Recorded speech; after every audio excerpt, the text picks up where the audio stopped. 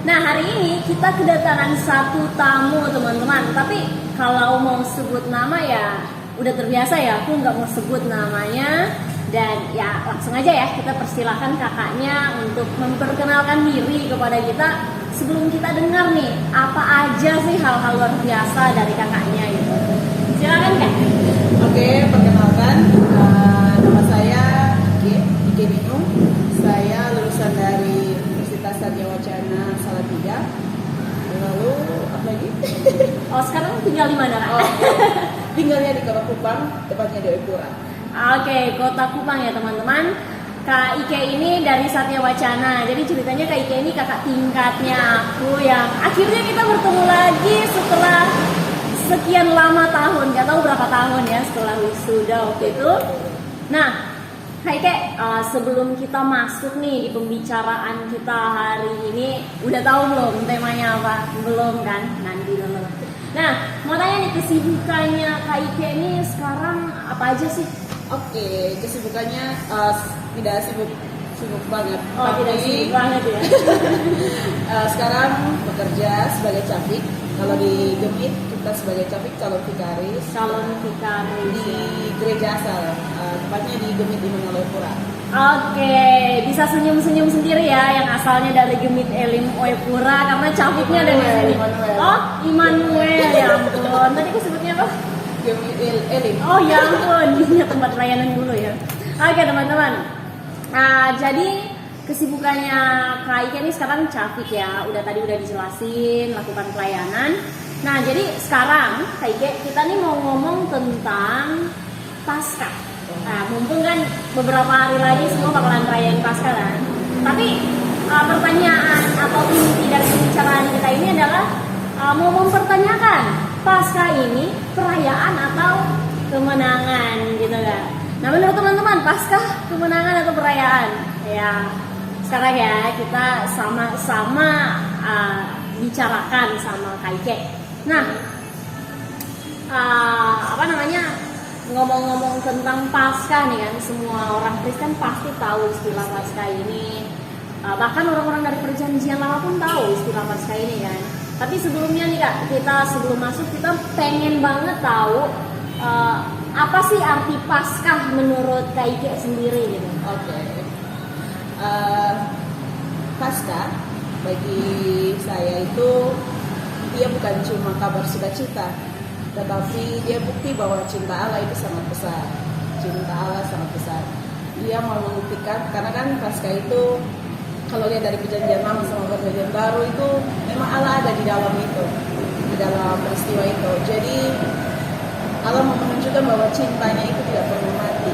Ada cinta yang tidak pernah mati, yaitu cinta Allah. Oke. Kalimat terakhir ya, Paskah itu adalah suatu momen di mana Allah mau membuktikan bahwa cintanya itu nggak pernah mati. Jadi buat kalian yang udah trauma sama cinta karena banyak yang PHP yang hianatin, kalau yang satu ini kalian nggak akan pernah kecewa. Nah modelnya seperti itu. Oke Kak, makasih ya untuk makna Paskahnya. Jadi kalau mau bilang tentang Paskah yang kita pahami sekarang ini kan tentang Paskah ya Yesus yang mati di kayu salib kemudian bangkit untuk kita kan Kak ya. Ya tapi nggak perlu dipungkiri juga bahwa Paskah ini juga sudah dikenal di masa-masa sebelum Yesus datang ke dunia ya kan ya. Waktu itu kalau nggak salah kisah tentang Israel yang keluar dari Mesir ya. Jadi kayak kalau dari aku ya kayak mau menunjukkan gitu kalau makna Paskah itu mau memanggil kita keluar dari gelap menuju ke terang gitu kan. Bisa juga. Iya. Jadi ya itu teman-teman. Kalau kalian belum kenal cintanya Tuhan ya masih gelap gitu. Tapi kalau udah kenal cintanya Tuhan, udah dapat cintanya Tuhan ya bakalan terang gitu. Bukan berarti kita yang kulit hitam langsung putih ya. Oke. Lanjutnya gitu. Nah, makasih ya Kak tadi cinta yang nggak pernah berakhir itu karena Yesus yang menebus dosa kita kan gitu kan. Nah, menurut Kakak nih, dalam perjalanan Yesus menebus dosa kita dari ia ditangkap, ia dihianati, ditangkap menuju Golgota, ya penebusan seperti apa yang mau Tuhan tunjukkan kepada kita gitu? Oke. Sebenarnya kalau ngomong soal pasca penebusan bahkan kebangkitan itu tidak ada kata-kata yang bisa menggambarkan seluruhnya, tetapi kita berusaha Iya. berusaha. Jadi penebusan yang Yesus lakukan itu pada umumnya untuk menghapus segala dosa kita, segala dosa kita. Nah, kalau mau kita lihat lebih rinci, penebusan itu ada penebusan secara fisik atau psikologi. Jadi kalau fisik itu mau menebus segala dosa-dosa kita yang kita lakukan, yang bersifat perbuatan gitu, perilaku. Jadi mau menebus dari semua hal-hal perilaku kita yang kita lakukan yang menyakiti hati orang lain dan menyakiti hati Allah, itu yang mau ditebus Allah. Terus segala bentuk dosa-dosa yang kita pikirkan, yang kita rasakan itu yang mau Allah tebus. Yang kita selama ini pikir salah, berpikir tentang hal-hal yang tidak baik, itu yang mau ditebus Allah. Oke Kak, nah tadi kan Kak ngomong tentang menebus perlakuan-perlakuan kita ya, yang membuat itu menjadi dosa, yang membuat kita terpisah dari Allah kan. Menurut Kakak nih, kalau dalam tantangan zaman kita sekarang, apalagi anak muda di zaman modern sekarang ya, ada begitu banyak tantangan yang berkaitan dengan perilaku ya.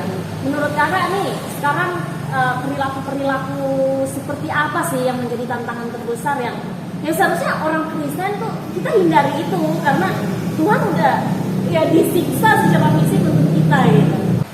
Oke, kalau sekarang ya, orang muda khususnya, karena masih muda, jadi lihat dari muda. Oke, kalau hal-hal yang selama ini biar sebenarnya ketemu, minta maaf. Nggak apa-apa. Katong itu kita ya teman-teman. Oke. Orang tukang, jadi susah untuk menghilangkan. Oke, jadi perbuatan-perbuatan yang dikategorikan dosa, yang seharusnya kita tidak buat lagi, itu pada salah satunya itu nafsu.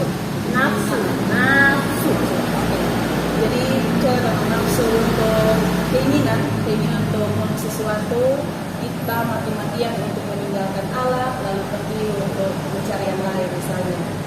Terus atau misalnya berkaitan dengan seks bebas, keinginan untuk mencoba narkotika, lalu kurangnya kemauan untuk beribadah.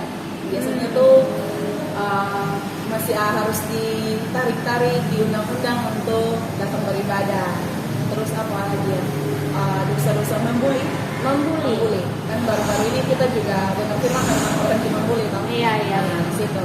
Jadi itu tanpa sadar itu hal-hal yang yang menyakiti orang lain, menyakiti diri sendiri, dan itu yang kalau bisa jangan dilakukan lagi. Mengingat pengorbanan Tuhan yang begitu dahsyat, begitu besar buat kita. Oke. Jadi teman-teman, seperti yang Kak Ike katakan bahwa 2000 tahun yang lalu Yesus dicambuk, Yesus dipukul habis-habisan, Yesus disiksa. Ya nggak ada gunanya kalian nonton dan kalian nangis untuk itu gitu. Kalau kalian nggak ngelakuin sesuatu seperti yang Yesus harapkan dari perbuatannya Yesus itu. Ketika Yesus disiksa, Yesus berharap supaya menebus dosa kita yang suka menyiksa orang, dosa kita yang suka menyiksa diri kita sendiri, membuat kita jauh dari Tuhan. Nah, untuk kalian yang masih terjebak dalam godaan-godaan nafsu kalian sendiri, tindakan untuk membuli orang, apalagi sikap kalian yang sok keren untuk menghajar teman kalian, adu fisik gitu teman-teman, ya apa gunanya gitu kan? Kalian mau menunjukkan power kalian, tapi ketika kalian melakukan itu, justru kalian sedang menyalibkan Yesus kedua kali dengan hidup kalian gitu. So di masa pasca ini ya mengenanglah itu gitu, kenanglah itu, ingatlah itu, renungkanlah itu gitu. Apalagi tadi kakak ngomong tentang membuli ya, itu sangat mempengaruhi psikisnya orang. Ya, kata orang, ya aku nggak ngebunuh dia kan bunuh diri gitu. Tapi percaya nggak, ketika kita membuli seseorang dan akhirnya dia memutuskan untuk menghabisi nyawanya sendiri, kita juga ikut terlibat di dalamnya, ya kan guys? Sadari kita juga ikut, kita yang jadi alasan. Iya, kita yang jadi alasan karena ya seperti dalam firman ya, Yesus Allah mengatakan jangan membunuh, gitu kan? Membunuh itu bukan kamu sodorin pisau, kamu matiin dia secara fisik, tapi secara psikis juga. Jadi Lolo nih yang saat ini masih suka ngomongin orang. Waktu di dalam gereja, aduh Tuhan, Engkau yang terbaik juru selamatku, pas pulang, hah, lihat aja tuh cewek, lihat aja tuh cowok, bla bla bla. Ya apa untungnya teman-teman? Itu bukan Paskah, itu bukan kemenangan, gitu kan? Nah modelnya seperti itu ya, kira-kira ya kayak. Jadi pada dasarnya semua yang Tuhan sudah beritahukan buat kita lewat firman yang kita baca atau yang kita dengar buat di gereja di mana-mana, semua yang bertentangan itu yang harus kita tinggalkan gitu.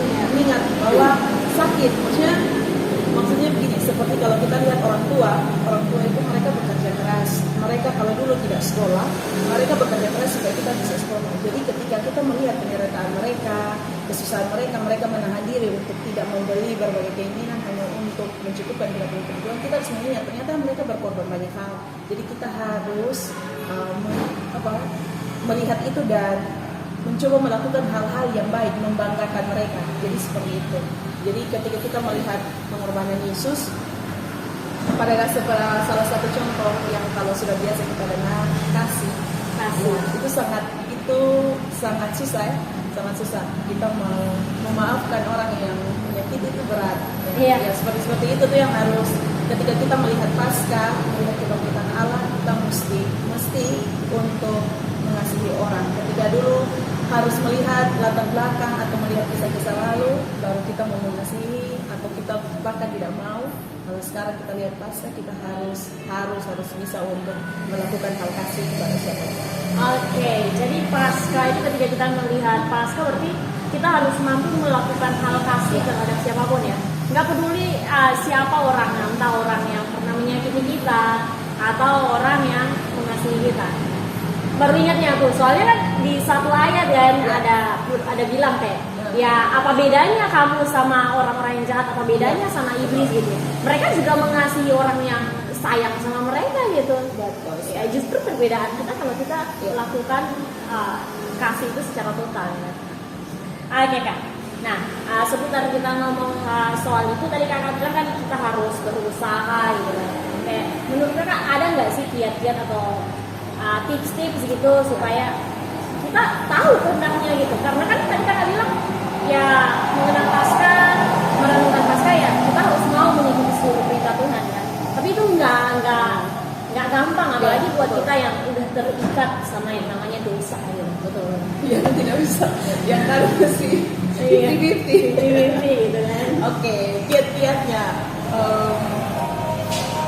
bukan berarti saya bilang ini sudah maksudnya final ya. Nah, tapi maksudnya ini juga yang jadi pergumulan saya juga gitu.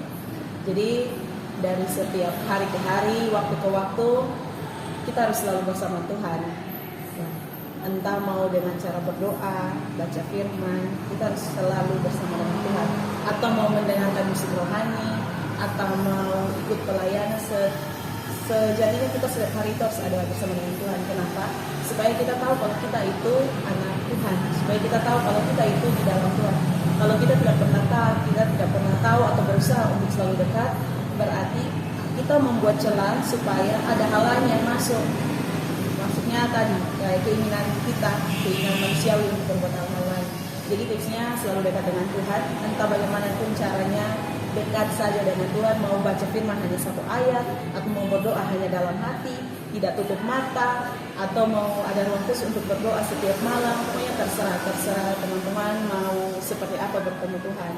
Lalu usahakan jangan memberi ruang pada hal-hal yang bisa membuat kita itu jauh. Jadi kalau misalnya itu kayak gimana gitu? Jadi kalau misalnya ketika saya melihat handphone, handphone. Jadi kan kalau saya pernah berpikir bahwa coba berpikir, aduh hari ini nih kayaknya kebanyakan lihat HP terus. Oke, jadi coba untuk ada waktu untuk jangan terlalu banyak melihat hal lain gitu, jangan terlalu banyak melihat hal lain. Lalu maksudnya itu kalau misalnya kita kalau tadi ya sibuk soal seks bebas atau apa, kan di handphone ini banyak hal. Kalau kita memberi ruang, aduh ini lihat ini kayaknya menarik nih, lihat ini kayaknya menarik nih. Nah, kalau kita kasih untuk melihat, kalau kita tidak kuat untuk menahan segala sesuatu, bisa saja kita masuk pada dosa-dosa yang lain. Jadinya kita menjadi semakin jauh dengan dalam kedekatan bersama dengan Allah. Jadi jangan coba-coba ya, coba. Karena dari coba-coba itu ya kalau nggak kuat bisa jadi kebiasaan. Ketagihan. Akhirnya ketagihan nggak bisa lepas terus. Bilangnya Tuhan yang ninggalin kita, padahal kita yang ninggalin Tuhan kayak gitu kan. Oke Kak, kayak gitu ya. Nah kalau kita udah ngomong soal itu, Paskah itu cinta tiada akhir. Tuhan membawa kita dari gelap ke terang, membuat kita untuk harus mengasihi orang. Ya seperti yang kakak lihat ya, kebanyakan ketika kita Paskah ini yang kita lihat adalah pawai yang besar. Kalau teman-teman di luar NTT nggak tahu ya, itu kayak nanti kita tuh ada perkumpulan rame banget di Kupang ya. Itu seluruh pemuda jemaat-jemaat Gemi itu akan berkumpul untuk ya menunjukkan kreativitas mereka lah, kayaknya kayak gitu. Nah, berdasarkan tema, ada yang temanya Raja Daud, ada yang temanya Musa dan lain-lain sebagainya gitu. Nah, ada juga yang menunjukkannya dengan malam puji-pujian, ada juga yang menunjukkan Paskah dengan perayaan yang hebat di sebuah gereja besar misalnya kayak gitu. Nah, pertanyaannya karena ini kebanyakan ada yang lebih berfokus pada kegiatannya ya Kak. Benar. Jadi pertanyaannya, sebenarnya Paskah ini perayaan atau kemenangan? Kalau setiap kali Paskah bukan Yesus yang direnungkan, yang dimaknai, tapi perayaan yang aku harus ikut kegiatan, tapi lupa berdoa. Kayak gitu kan? Oke. Jadi kalau bagi saya, karena dari kata dasarnya sendiri, arti Paskah kan dalam bahasa Ibrani itu artinya kan melewati. Jadi pastinya kalau Paskah itu bagi saya adalah kemenangan. Karena di dalamnya juga sudah ada perayaan, namanya kan menang, merayakan, ada semarak gitu. Nah, jadi bagi saya kemenangan di mana Allah bisa melewati maut, kemenangan di mana Allah bisa memenangkan hati saya. Ketika kami bersedih, saya bersedih karena kematian, karena Allah meninggalkan, tetapi Allah menunjukkan bahwa Ia hadir, Ia selalu hadir, berarti Ia memenangkan hati saya, Dia memenangkan. Selanjutnya. Oke, jadi kayak gitu ya teman-teman. Jadi Paskah itu kemenangan. Kenapa? Karena Tuhan memenangkan segala pertarungannya dengan dosa-dosa kita. Tuhan memenangkan kita teman-teman. Kita yang awalnya ditarik dari dosa, Tuhan dengan pengorbanannya Dia menang atas kita dan Dia memberikan kehidupan yang kekal itu untuk kita teman-teman. So kalau Tuhan udah kasih kemenangan itu, jangan kecewakan Tuhan gitu. Saat Paskah tuh ya janganlah hanya fokus pada aduh ada kegiatan apa, kalau nggak ada kegiatan aku nggak mau pergi. Enggak teman-teman, Paskah itu adalah tentang Yesus dan kita, kemenangan kita untuk kembali pada Bapa. Jadi fokus pada itu ya teman-teman. Nah tadi kan Kak aku tanya soal kiat-kiat nih.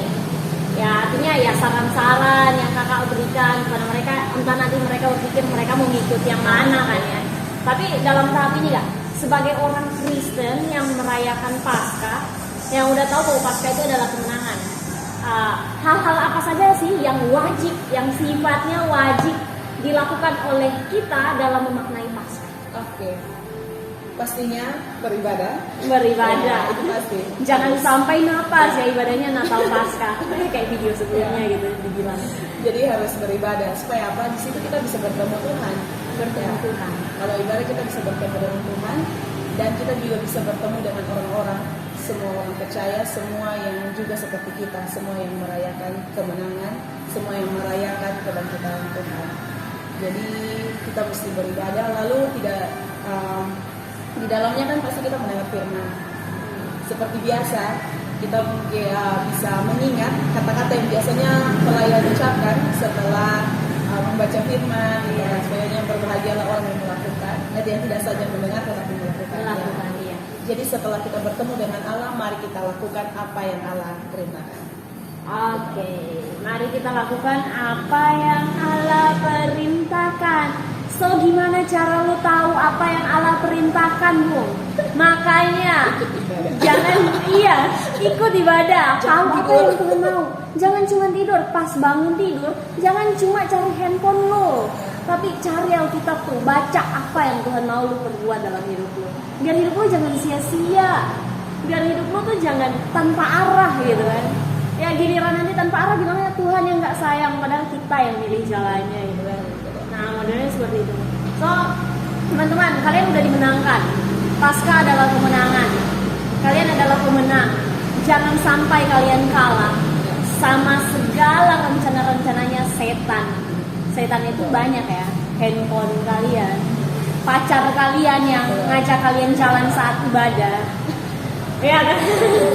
Jadi kan kalau tadi bilang Paskah itu kemenangan. Iya. Berarti ada semangat. Ada semangat. Jadi semangat untuk keluar dari hal-hal yang selama ini menjauhkan kita dari Tuhan, menjauhkan kita dari berbagai hal yang sebenarnya baik, tapi karena ya itu perasaan begini ya, itu harus ditinggalkan, mulai berpikir yang baik. Jadi sudah dibayar, sudah ditolong Allah dengan cuma-cuma, kita tidak memberi uang atau apa untuk Tuhan mau disalibkan, tapi jadi mari kita melakukan hal-hal yang menyenangkan hatinya Tuhan. Apalagi kita tahu bahwa setiap kita itu kan hidup dalam satu lintasan, ya, sama-sama. Kita tidak tahu bahwa di lintasan ini, belokan ini nanti ada yang sudah meninggal, atau nanti di tikungan ini atau di tanjakan ini ada yang akan sudah tiada. Ya. Jadi memanfaatkan waktu. Paskah ini harus supaya kita bisa mengingat kembali tentang Allah hadir, sehingga kalau dalam sepanjang kita punya lintasan, kita bisa kuat sampai hari kita akan tiada. Oke, betul sekali. Paskah itu mengingat mengapa Allah datang untuk kita, sehingga kita bisa kuat, kita bisa bertahan sampai pada hari dimana Allah tanya sama kita, kamu udah melakukan yang kuperintahkan belum? Lalu kita akan jawab, sudah Tuhan, gitu kan. Nah modelnya seperti itu ya teman-teman. Tadi juga dibilang bahwa Paskah itu karena menang artinya semangat untuk keluar dari keterikatan yang nggak baik ya, yang membuat kita jauh dari Tuhan.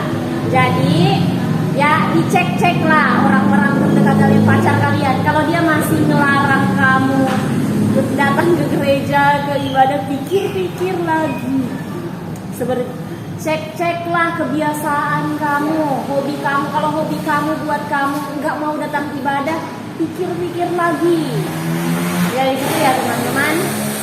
Jadi lawanlah segala sesuatu yang menjauhkan kamu dari Tuhan, dan kamu pasti bisa karena kamu adalah pemenang. Oke, terima kasih sudah melihat tayangannya Rohani Kristen bersama aku Clarita dan juga Kak Ike ya. Terima kasih Kak Ike. Tuhan Yesus memberkati kita semua. Shalom.